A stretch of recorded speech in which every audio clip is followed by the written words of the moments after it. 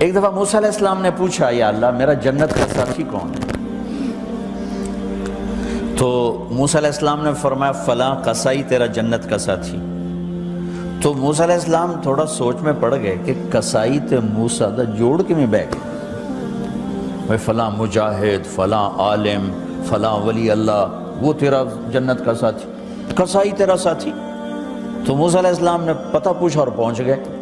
تو وہ گوشت کی دکانوں میں ایک دکان اس کے بھی تھے میں بٹھا چوکڑی مار کے تھا اپنا بیچی جاندہ تھے ٹکی جاندہ ہے۔ کوئی موسیٰ علیہ السلام کو اسپیشل چیز نظر نہیں آئی۔ جب شام کو وہ چلنے لگا، جب وہ اس کا گوشت ختم ہو گیا تو اس نے ایک ٹوٹا تھیلے میں ڈالا اور چل پڑا۔ موسیٰ علیہ السلام بھی ساتھ چل پڑے۔ وہ گھر پہنچا تو موسیٰ علیہ السلام نے کہا میں آ جاؤں؟ کہا جی آ جاؤ۔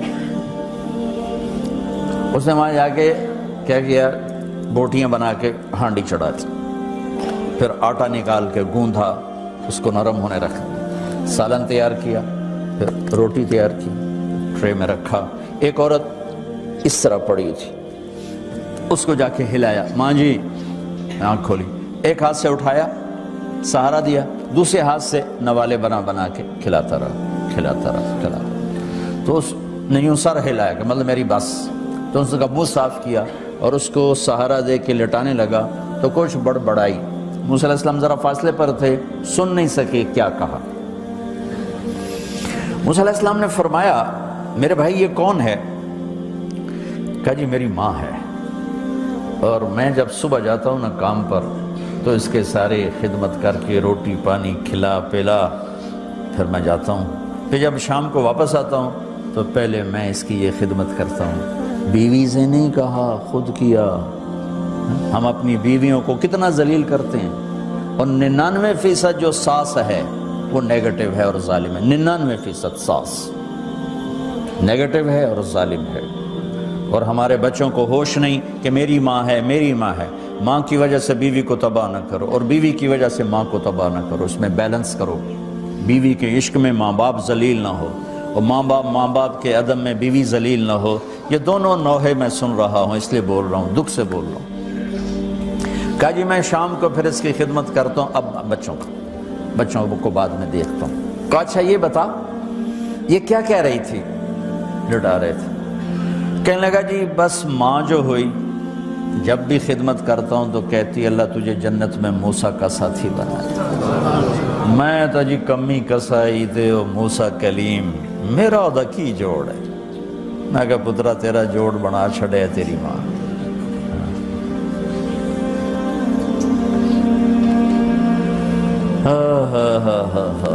ماں باپ زندہ ہیں دعا لو، فوت ہو گئے ان کی قبروں پہ جایا کرو، وہاں بیٹھ کے قرآن پڑھا کرو۔ جو بچہ پڑھے گا وہ اتنا طاقتور ہو کے ماں باپ کو لگے گا، اگر وہ فوت ہو چکے ہیں۔ زندہ ہیں دعا لو، مر گئے ہیں ان کے لیے ان کی قبر پہ نہیں جا سکتے ہو، یہاں کی زندگی بہت تیز ہے، کبھی تو جایا کرو، کسی ویکنڈ پہ چلے جایا کرو، کسی اتوار پہ چلے جایا کرو، کسی ہفتے کو چلے جایا کرو، مہینے بعد 2 مہینے بعد، سال میں ایک دفعہ سے، کہ یہ ان کا حق ہے، ان کا حق ہے۔ اور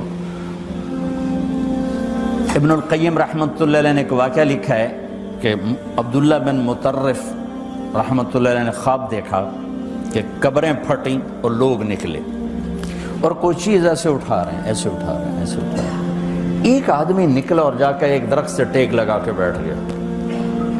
یہ اس کے پاس جا کر کہتے ہیں بھئی آپ کون لوگ ہو؟ وہ کہتے ہیں ہم ایمان والے ہیں۔ کہ یہ کیا ہو رہا ہے؟ کہ جو رشتہ دار ثواب بھیجتے ہیں یہ وہ اکٹھا کر رہے ہیں۔ کہ تم کیوں نہیں اکٹھا کر رہے ہو؟ کہ میرا بیٹا حافظ قرآن ہے، ایک قرآن روزانہ ختم کر کے مجھے بھیج دیتا ہے، تو میں نے پرچون دی لوڑ نہیں رہ جاندی، میرا تھوک دا کام۔ کہ تیرا بیٹا کیا کرتا ہے؟ کہ اس کی مٹھائی کی دکان ہے بازار میں۔ آنکھ کھل گئی، صبح ہوئی تو پہنچ گئے، بازار کھلا، دیکھا تو ایک نوجوان بیٹھا ہوا اور مٹھائی بیچ رہا اور ہونٹ ہل رہے ہیں۔ پہلے اس کو چیک کرتے رہے، پھر اس کے پاس آئے، بیٹا تیرا نام کیا ہے؟ وہی نام تھا جو خواب میں سنا۔ یہ کیا پڑھ رہے ہو؟ کہ جو قرآن پڑھ رہا ہوں۔ کتنا پڑھتے ہو؟ 1 ختم روزانہ پڑھتے۔ کیا کرتے ہو؟ کہا والد کو ایصال ثواب کرتا ہوں۔ کیا اتنی مشقت کیوں اٹھاتے ہو؟ کہ وہ میرے لیے بہت کچھ چھوڑ گیا، میں چاہتا ہوں میں بھی اس کے لیے کچھ حصہ بنتا رہوں۔ تو یہ والدین کے حقوق میں سے ہے کہ اگر وہ چلے گئے ہیں ان کے لیے ایصال ثواب